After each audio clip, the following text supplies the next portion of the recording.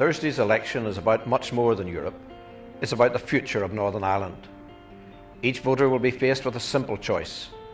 Do you want to build on the progress that we have made in recent years, or do you want to support those who would plunge Northern Ireland back to the bad old days of conflict and division? There are those who would seek to destroy the political stability we've achieved.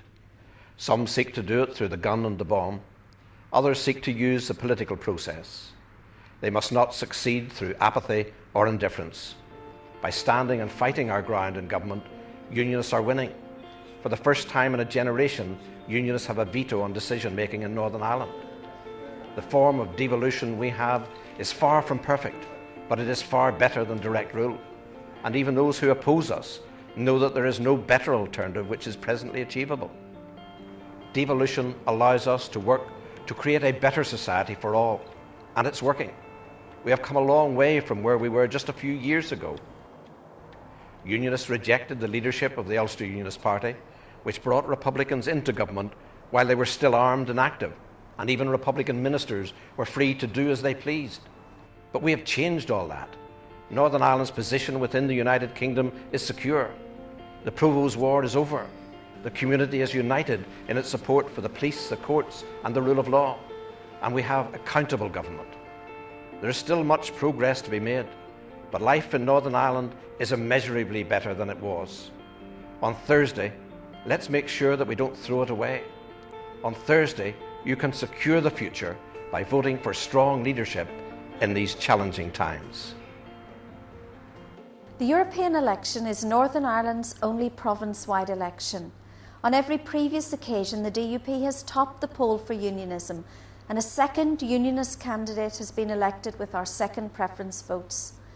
This time, some may be tempted to stay at home and not vote, but this could prove disastrous to the cause of unionism. If Unionists stay at home on the 4th of June, unionism will be damaged. If Unionists stay at home on the 4th of June, there is a real danger that Sinn Féin will top the poll and two nationalist candidates will be elected from Northern Ireland. Just imagine what message that would send out to the world. After all the progress that has been made in recent years, it would be a disaster for unionism. But there is still time to avoid such an outcome. Our fate is in our own hands. Republicans are counting on Unionists sitting at home or wasting their votes on candidates that cannot win. Sinn Féin's success is dependent on vote splitting by a candidate who wants to destroy devolution. Let's not play into their hands.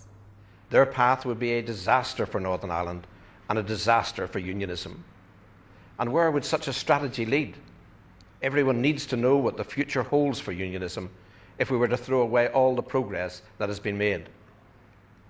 Unionism would be isolated and marginalised, with no say in the direction of our province.